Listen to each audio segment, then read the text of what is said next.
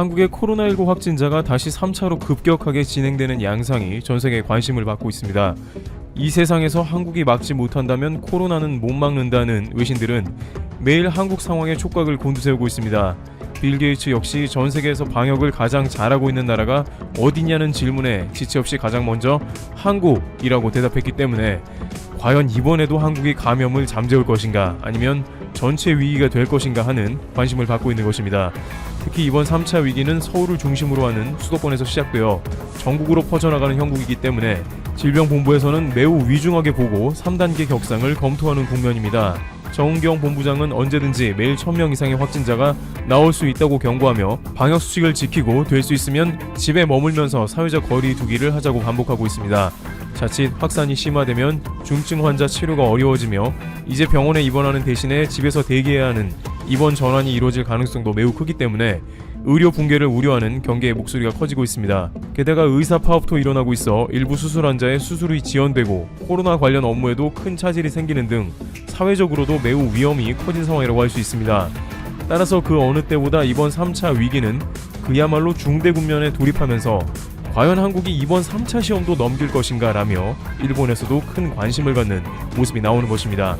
일본에서는 많은 이들이 한국은 강제로 PCR 검사를 하며 동의 없이 위치 추적을 하고 강제 격리를 실시하는 중국과 같은 민주주의 모습이 아니기 때문에 확진자가 덜 나온다는 주장을 펴기도 했습니다. 만약 이번에 확진자가 폭발하게 되어서 일본과 같이 1000명대의 확진자가 넘어간다면 역시나 한국도 별반 없이 코로나 앞에서는 속수무책이라는 보도가 나갈 것입니다. 또한 아베 내각에서는 내심 한국의 확진자가 급증해서 현재 고르트 트래블로 인해서 확진자가 폭발하고 있는 일본 내부의 민심을 잠재울 만한 카드로 한국을 활용하기 좋을 것이기 때문에 한국의 증가 추세가 호재이기도 합니다. 그러나 이 와중에 매우 무게가 실리고 있는 JP모건의 발표가 일본 뉴스에서 다뤄지며 충격을 주고 있습니다. 한국에서는 매일 확진자가 300명 내외로 나오기 때문에 그 자체로 심각한 분위기라 정신이 없는 상황입니다만 일본에서는 JP모건의 발표를 집중 다루고 있습니다.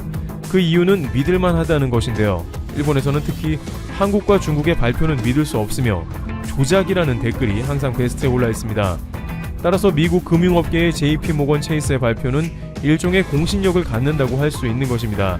게다가 JP모건의 발표는 지난 3월 신천지 관련 확산세가 이어지고 있을 때에도 거의 정확했습니다. JP모건 체이스는 지난 2월 보고서에서 3월까지 한국 내 코로나19 확진자를 1만 명 수준으로 예상한 바 있습니다. 그런데 3월까지 실제 확진자 숫자는 9,786명이었습니다. 당시 한국은 JP모건의 발표가 지나치다며 부정했습니다만 지나고 보니 매우 정확했던 것입니다. 따라서 일본이 JP모건의 발표에 관심이 쏠리는 것은 당연한 것입니다. 우선 JP모건은 한국의 코로나19 확산세가 8월 말 정점을 찍을 것으로 분석했습니다. 24일 블룸버그 통신 보도에 따르면 JP모건 체이스는 20일 내놓은 보고서에서 최근 다시 확진자가 큰 폭으로 증가한 한국의 코로나19 상황 전망 보고서에서 코로나19 확산세가 이달 말 정점을 찍은 뒤 11월 초까지 7,000명 정도가 추가로 확진될 것으로 전망했습니다. 어떻게 보면 7,000명은 굉장히 많은 숫자이기도 합니다만 일 확진자 평균을 내보면 일본 대비 상당히 적음을 알 수 있습니다. 11월 초까지 남은 기간은 2달 정도로 결국에는 그때까지 하루 평균 100여 명 정도의 확진자가 나오다가 결국 안정된다는 뜻이 되는 것입니다.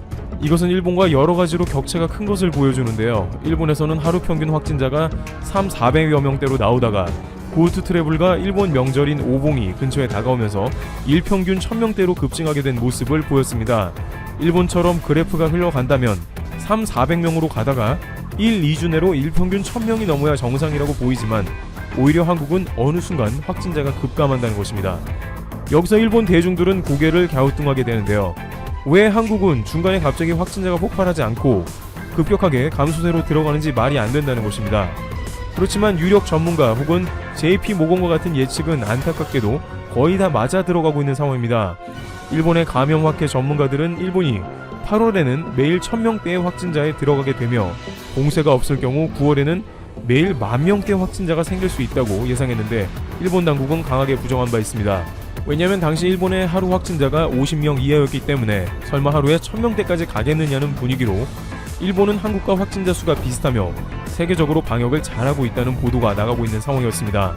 그러나 6월경에 했던 그 예상은 정확하게 맞았고 일본이 방역을 제대로 하지 않게 된다면 9월에는 하루 10,000명대의 확진자가 나올 것이 예상되는 것이죠. 반면 JP모건은 한국의 평균치로 하루에 80명 정도 확진자가 나올 것으로 예상하는 모습을 보였습니다.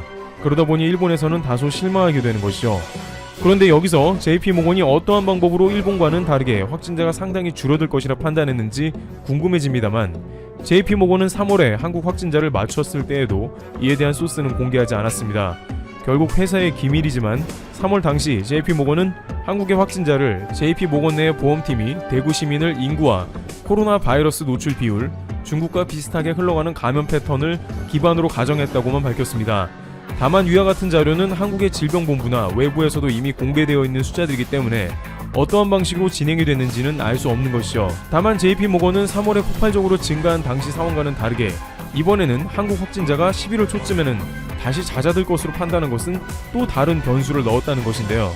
JP모건 체이스는 11월 초까지 하루 80에서 100명 정도의 확진자가 될 것으로 파악한 것에 대해서는 엄격한 사회적 거리두기 속의 검사와 추적이 강화됐기 때문에 이번 확산세가 이전보다는 크지 않을 것으로 내다봤다며 사실상 한국을 방역 강국으로 평가한 것입니다.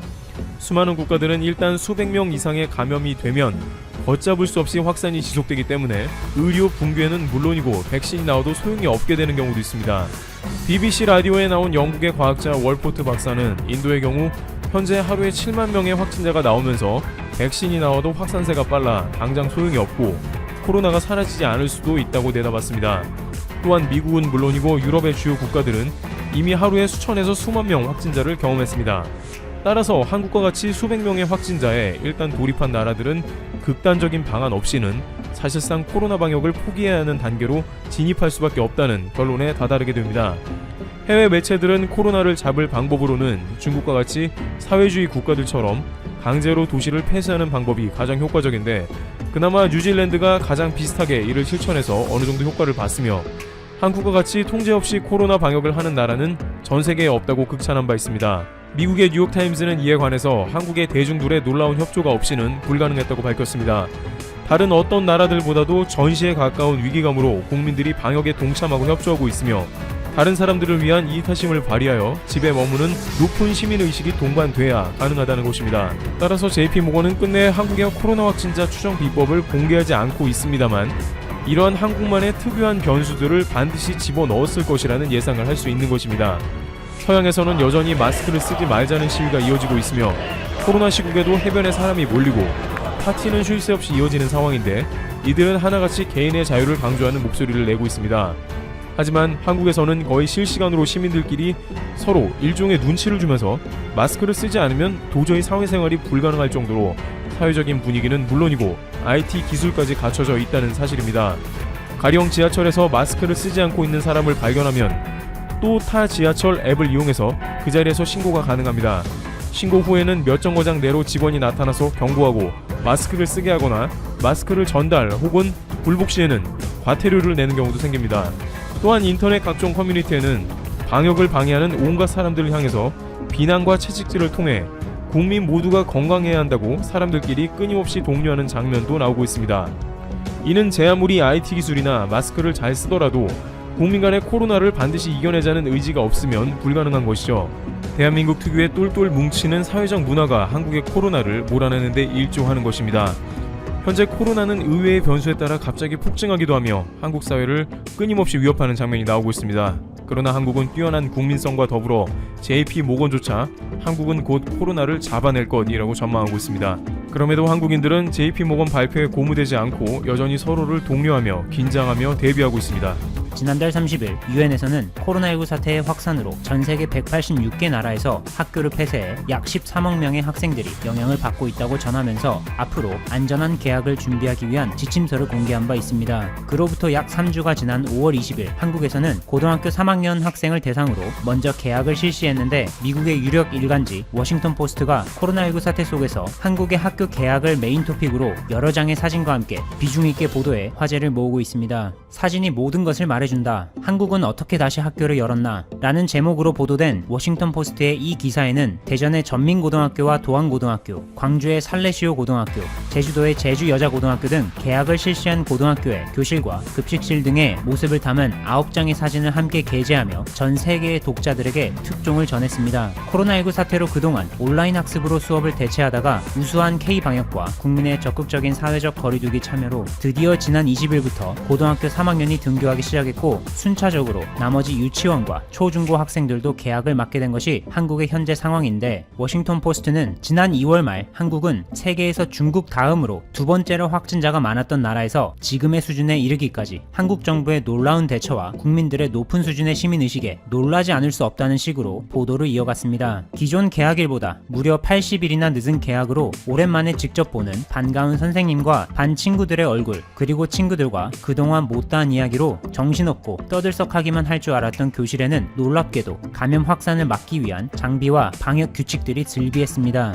대전시 유성구 전민동에 위치한 전민고등학교의 경우 학생 개개인의 교실 책상마다 투명막으로 감싸 마치 교실이 독서실화된 듯한 느낌마저 줄 정도로 공간 분리가 잘 되어 있었고 심지어 등교할 때 학생들이 일정 간격을 두고 줄을 서서 학교 건물에 들어가는 모습을 볼 수 있는데 이는 모든 학생들의 체온을 검사하는 과정으로 지난 4월 15일에 있었던 대한민국 전국 단위 총선을 실시하면서 감염 확산을 완벽하게 차단했던 모습을 상기시켜주는 것 같아 뿌듯하고 믿음직스럽기까지 합니다. 대전시 유성구 원신흥동에 위치한 도안고등학교의 경우 급식실에도 투명 칸막이를 설치해 함께 마주보며 식사하지만 최대한 감염 확산은 막을 수 있도록 조치를 취한 것이죠. 윤태호 중앙사고수습본부 방역총괄반장은 지난 25일 정부 세종청사에서 열린 정례 브리핑에서 학교 개학과 관련해 완벽한 방역 수칙 아래 개학을 하는 것은 아니지만 현재 한국의 방역과 의료체계 내에서 충분히 감당할 수 있는 수준으로 판단한다. 학생들이 다중이용시설의 이용을 가급적이면 피하고 방역 수칙을 잘 지킨다면 지역사회의 감염을 최소화할 수 있다고 언급하며 코로나19 사태 속에서 학교 개학에 대한 우려의 목소리를 어느 정도 안심시키고 끝까지 방역에 소홀하지 말자는 뜻을 전했습니다. 학교 개학에 대한 논란은 한국에서뿐만 아니라 전 세계에서 일어나고 있는 관심의 대상이죠. 먼저 싱가포르의 경우 코로나19 사태 속에서 한국과는 반대로 예정대로 학교 개학을 강행했다가 감염 사례가 차례차례 나타나자 2주 만에 온라인 수업으로 전환한 바 있는데 코로나 사태 초기에 방역 선진국으로 칭찬받던 싱가포르는 너무 자만한 나머지 준비도 덜 된 상태에서 개학 강행이라는 무모한 수를 둔 것이죠.